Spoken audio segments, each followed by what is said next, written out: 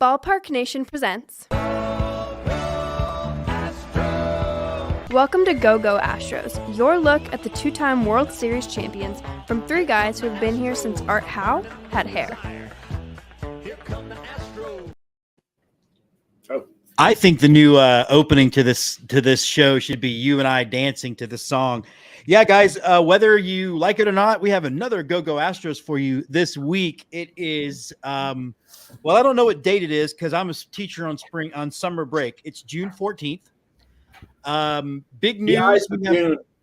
We have Brian and Andy, but big news is that the Astros have released Jose Abreu. We wanted to get on and talk to you guys about that. And one of the premises I want to start with is to say that at the time it didn't feel like a good signing is silly.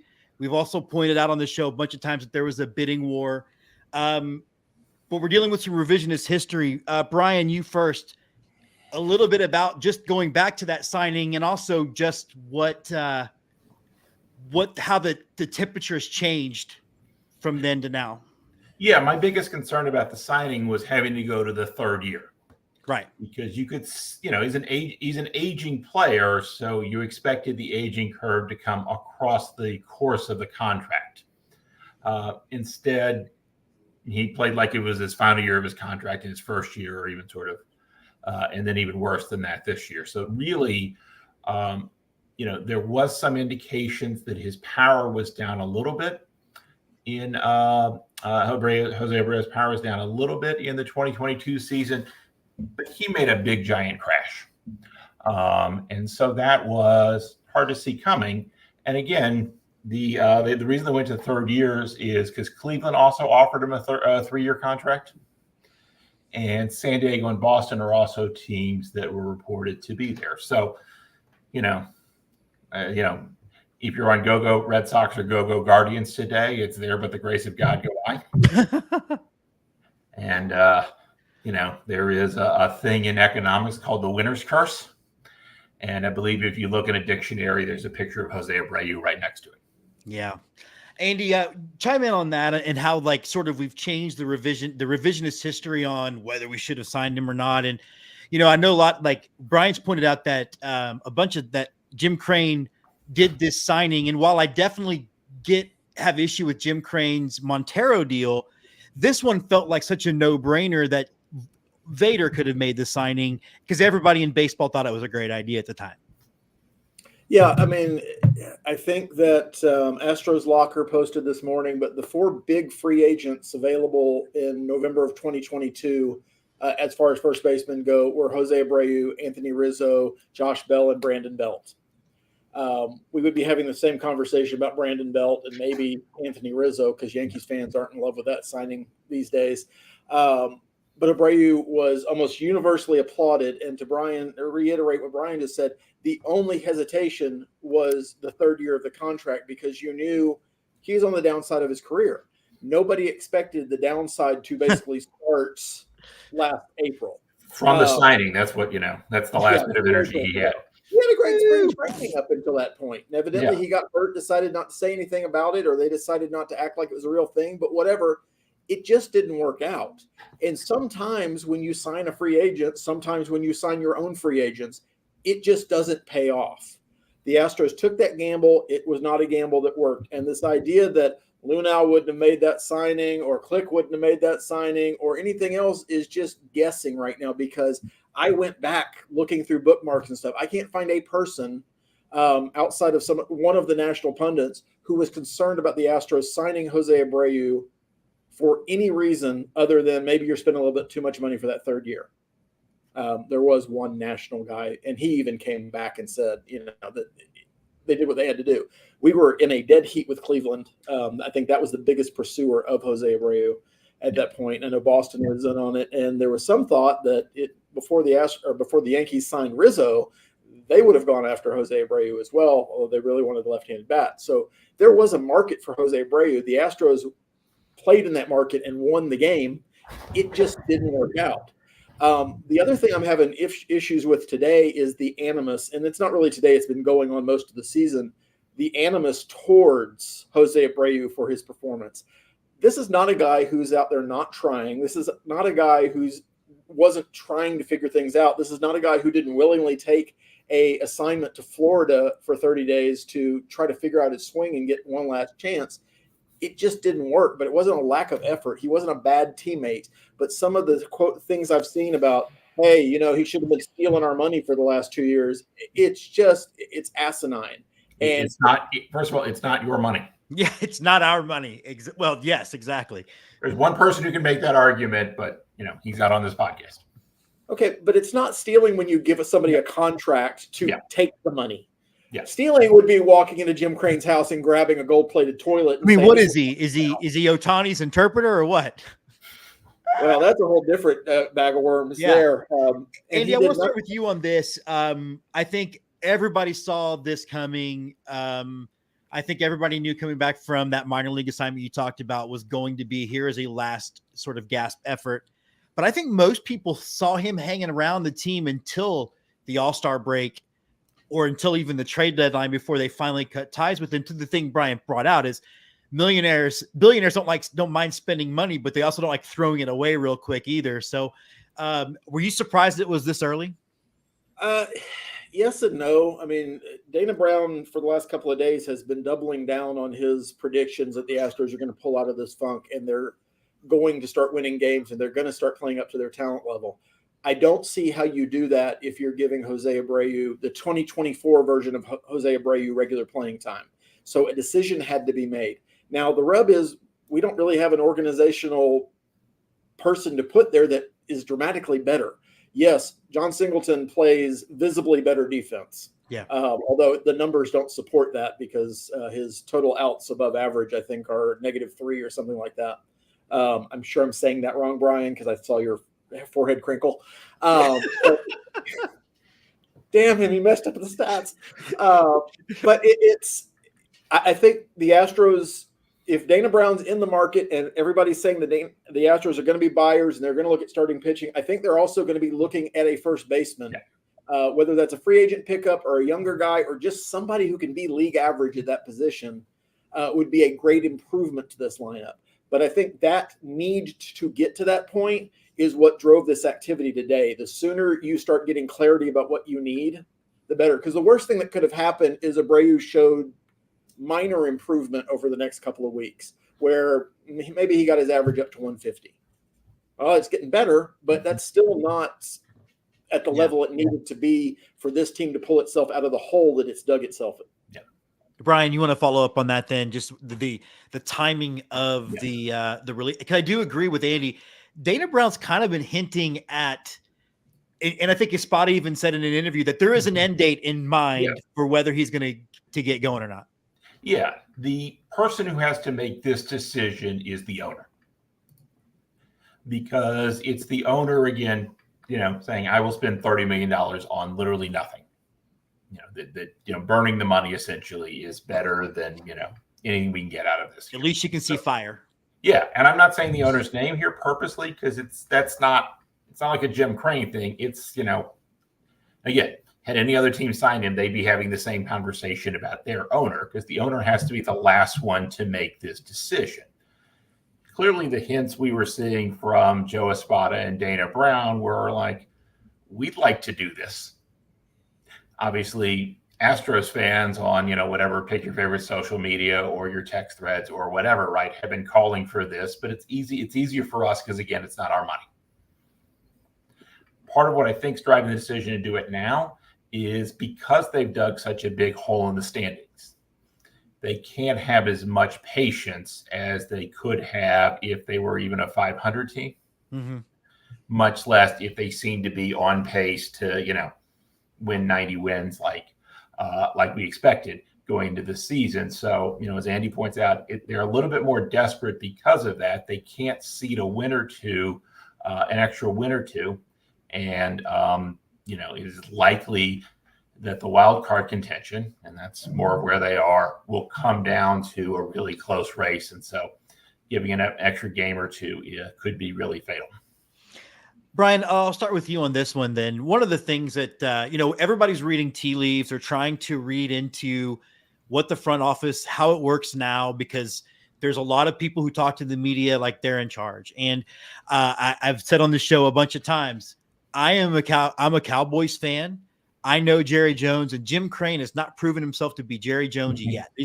We're actually pretty far away from that, in fact. But does this at least signal that he doesn't have all of the baseball ops decisions like everybody thinks? And also, does this also signal that it's still going to be a relatively aggressive front office? Yeah. Two sort of, multiple comments here. One, you're right. He's not Jerry Jones, because Jerry Jones, right, is the owner and general manager, if I'm right, of the Cowboys, right? He's making the football decisions as well as the financial decisions. And Jerry Jones makes them despite what other people tell him, right? Like, yes. I wish Troy Aikman could give him some advice. I don't know. Yeah. We're nowhere near we're nowhere near that with Jim Crane. However, Jim Crane is more powerful than I think just about any owner in Major League Baseball. And that is partly that's a big deal because that's not the choice he made in his first decade as owner. Sure. Yeah. And so that's notable, including, of course, Jim Crane was the head of baseball operations when they signed Jose Abreu. So in the end, the buck stopped, he's the baseball decision maker.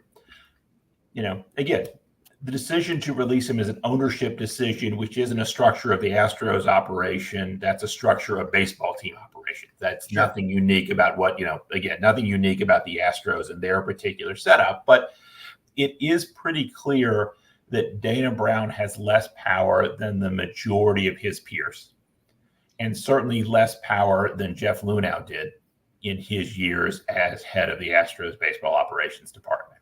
And so it's a more collaborative, more spokes on a wheel model. There are pluses and minuses to that.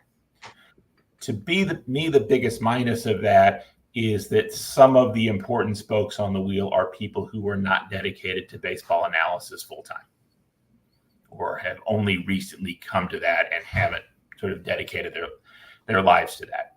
So I would prefer it to be just more baseball people and a more straight up thing, more sort of straight up hierarchical system.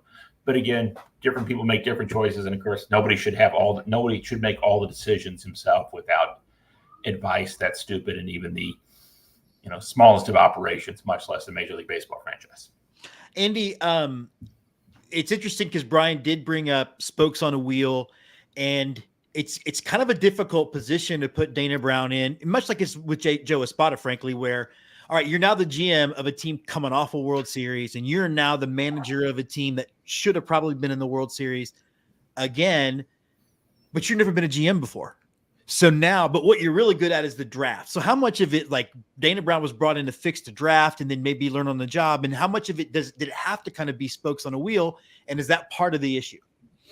Well, I think I don't think any GM is ever going to have the level of power and autonomy that Jeff Luhnow had under Jim Crane.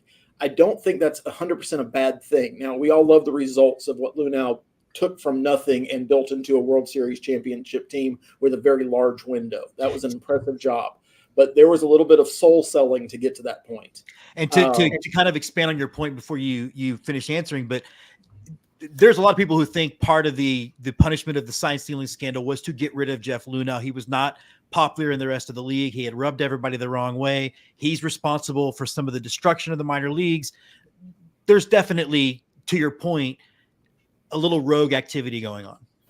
Yeah, but I think just in the world of the Astros too, though, it's natural that you have somebody rebuild it, but after the sign stealing scandal, after signing Osuna, after a couple of other questionable things happening in that front office, it made sense that the next person wasn't going to have that level of control. And the person after that certainly wasn't going to have that level of control. And I think Dana Brown's role with the Astros is different, certainly than what Jeff Luhnow did, but different than even what James Click was expected to do. Brown's job is to make our minor league system and our major league and the complementary major league moves look like the Braves. We're going to find talent through the draft. We're going to sign them to long-term deals. That's what his mission is. What's happening this year, and maybe the next year is almost inconsequential to that part of the mission, outside of there are pieces on the major league roster that might be fungible because you can get minor league talent that's going to be ready sooner than what we have currently. But I think he's done a good job through the draft. I think he is handcuffed with what he can do at the major league level, not only because of a lack of power, but also this idea that, do you want to be the GM who trades Alex Bregman? Do you want to be the GM who trades Framber Valdez? Do you want to be the GM who trades Kyle Tucker? Yes, for the first two, I would like to be the GM to trade at least the second one. But not everybody does, and I don't know that Jim Crane wants to be the owner that trades either one of those guys. Jim Crane made a big giant leap today because all of us fully expected Jose Abreu to play out at least half this season before you start getting into the back end of a 3-year contract where it's sunk money. And it's always sunk money once you sign the contract. But it's this idea that Crane allowed Brown to make the move that was necessary for the Astros to have a chance to start winning again this year. And that's what Crane publicly has said he's going to do. They're going to be a contender as long as he's owner. This is a move that supports that statement. Yeah. Whether you think now that the signing should have happened at all is almost inconsequential to that. I want you to expand on. I want you to expand, Andy, on something you said, and we'll bounce it back to Brian too. But Jeff Luna built the Astros from a very different circumstance than both Click and Dana Brown have to keep the team going. You're not going to do a total teardown. Now, all of a sudden, you've developed players that fans connect to. There is some level of risk to your customer base to trading one of those guys, whether there should or shouldn't be. But the way you keep a team going is mostly through free agency and through trades, because your minor league system is going to be decimated, right? I mean, is that where we are, and we have to change our expectations some as far as how this thing gets fixed? I mean, certainly anything that happens this year, I think anything that's valuable to the Astros from another team is probably going to cost them a major league player at this point. I mean, of course, the deal is going to have to make sense for both teams and all that kind of. Can I trade members of Astros Twitter I'm not fans of? Not yet. Okay, let me know when that happens. Look, Elon's working on it. Yeah, but there's none of you 39 that are watching live. It's none of y'all. You're good. Yeah, Major League Baseball can't even fathom trading draft picks. I don't think they're going to trade fans. It's interesting. So I had the misfortune of going to the mall during lunch, and one of the things I'm curious about from our fan base is how much does this losing affect us? Twitter is its own world, and yes, everybody hates everything that happens, and you feel everything immediately. You walk through the mall, and I counted probably 150. I stopped counting around then. Different people wearing Astros gear, even though we're 8 games under 500 right now. Yeah. The city has not fallen out of love with the Astros, and I think that creates somewhat of a problem for Dana Brown, because we can empirically say that it might be the best move for Astros to trade Alex Bregman and get something before he leaves in free agency. But emotionally, that's a big deal for this franchise, because he's a guy that won 2 World Series, and we haven't had anybody who's ever done that before. And it's huge. The vast majority of Astros fans who consider themselves Astros fans don't sit and wallow in the misery of the record. They show up, in September and get really happy that the playoffs are about to happen for the last 7 years. And so it's difficult from that emotional standpoint. Empirically, there's some moves that have to be made. Looking at what we have available in the minor leagues and what we should be willing to part with, I've got to assume the Jake Meyers of the world are going to be on the table. And that's nothing against Jake Meyers, but he's probably having the best season of his career and makes the most sense for another team right now. Right. Brian, you want to follow up on that? Yeah, I mean, I guess the big question here is what does, and this includes, all the spokes on the wheel, what do they conclude about the potential of this team when we get to the end of July? A good front office will make contingency plans for lots of different situations, and they should be doing that now. The actual decision on whether to go for it, whether to trade off pieces, whether to stay the same or some combination thereof won't happen until late July. And so it's a question of sort of what they think. And we're kind of flying in the dark here because we have no experience of that in the history of this, since the team entered its golden age. They haven't been in this position where it's unclear what they're gonna do. Right? So it's I don't really know. They're making happy noises because I talked about with Andy on Monday. Dana Brown just always comes across very optimistic in his interview, so I feel we need to you need to calibrate for that. So I don't know what I don't quite know what they're gonna do because I don't have a pattern to rely on here. Another thing to note is they're a better team than what we've seen on the field. And there are numbers that bear that out. Like we I wrote this week about how the Stars haven't been playing as well as they did last year. So if they regress to what they did last year, that's positive for the future of the team. They're 5-13 in one-run games, and so presumably that'll turn around. Maybe, hopefully, there's reasons to think they're better than they are. So it's not a ludicrous take to say this team should play better, and certainly it played better in the it played poorly in the first 26 games of the season. It's played better. It's played about 90-win baseball since then, but it needs to play better than that to get into playoff contention. I know, Andy, we only have a few minutes left. I know Brian's got a commitment. Cooper Hummel is coming up. I think a lot of people did the whole thing from Guardians of the Galaxy about Star-Lord. Who? I think you're wrong. And I think what Jim Crane has done today is throw down the greatest challenge the Astros marketing department has ever faced. They're going to have to find a vendor who in the next 10 days, because that's how long I expect him to be on the roster, to come up and supply a Cooper Hummel figurine for a game. That's going to be the Hummel figurine is going to be that's going to be the rally point of this season. And if the Astros marketing team can do that, surely we as fans can rally around Cooper Hummel not playing for the next 10 days. Okay. Brian, I don't even know what to say about that.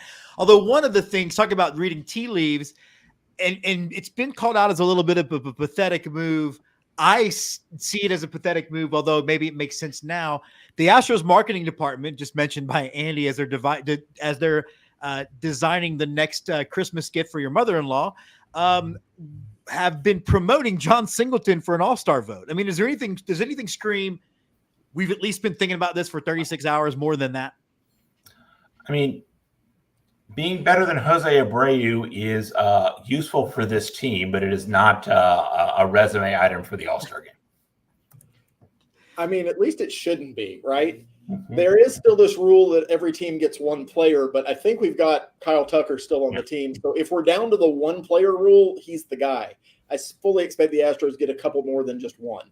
Yeah, I think we'll have three, but that's a whole other. Modern All-Star games is half the guys don't show up or get injured or, so half the league ends up going. As we learned from the Mariners last year and the Rangers, only thing that matters during your season is how many All-Star appearances you get in a season. Nothing else counts. Doesn't matter if you win the division. Doesn't matter if you make the playoffs. Just get 5 guys. If you get 5 guys, you're going to have a great season and an overpriced hamburger. Speaking of high-priced 5 guys, really quick though, and you guys can chime in whatever order. I do think though, to kind of follow back on what Andy said, this isn't a happy day for the Astros, right? Yeah. We all wanted Abreu to succeed because the team would have succeeded, but also everybody on the team wanted Abreu because he's known as a really good guy, and he was excited to come be part of this culture at a time when, remember, people in the media saying no one would ever want to come here because reasons. Any final thoughts though from you, Brian, then Andy, about just saying goodbye to Jose Abreu and what this should and shouldn't mean? Yeah, I mean, I think the biggest thing is that for the team, from a team standpoint, this has not been a good signing and helpful, to the team. And as a result, we've got, hey, the record's less good, and we're not real set up at first base for the future. Andy? I mean, nothing that happened today is not without regret. The Astros, in good faith, signed a guy that they thought would be able to help them for at least 2 years of a 3-year contract. It didn't work out. Jose Abreu is still a top-class citizen. He's still a great teammate. And there's going to be sadness in the locker room this afternoon. And I assume it's already happened as you watch a guy at the end of his career, because every player knows eventually that's going to happen to them as well. But Jose Abreu doesn't have anything to hang his head about and nothing to be ashamed about. He's an all-star. He's an MVP. And a great addition to the last decade of Major League Baseball. So it sucks that it didn't work out. But I think I can speak for the both of you. Nobody here wishes him anything but the best for the rest of his life. He's just a good guy. His legacy in Houston will be negative, but his legacy in the game should not be based on these last 2 years, and I don't think is. I think he should be moved up to the top level concession stand area, and he can be Luke Gregerson's boss. What do we think about that? He doesn't even have to work under Luke Gregerson. All right, guys, that is going to wrap up our special Go-Go Astros. These two will be back Monday for some more diving in. So if you enjoyed what you saw and this was your first time jumping on, we will be recording. We'll be live again Monday and then releasing those episodes later like we're about to do with this one. Before we give a fighting hearty go Stros, since I have you here on Tuesdays, the world premiere of Ballpark Nation. It's where I've been in my bunker creating. So I hope you will come in and check out our new show about the Corpus Christi Hooks. And until then, guys, go Stros and good luck, Jose Abreu. Go Stros. Beat the hell out of the Gators. Go Stros. That was an Aggie thing.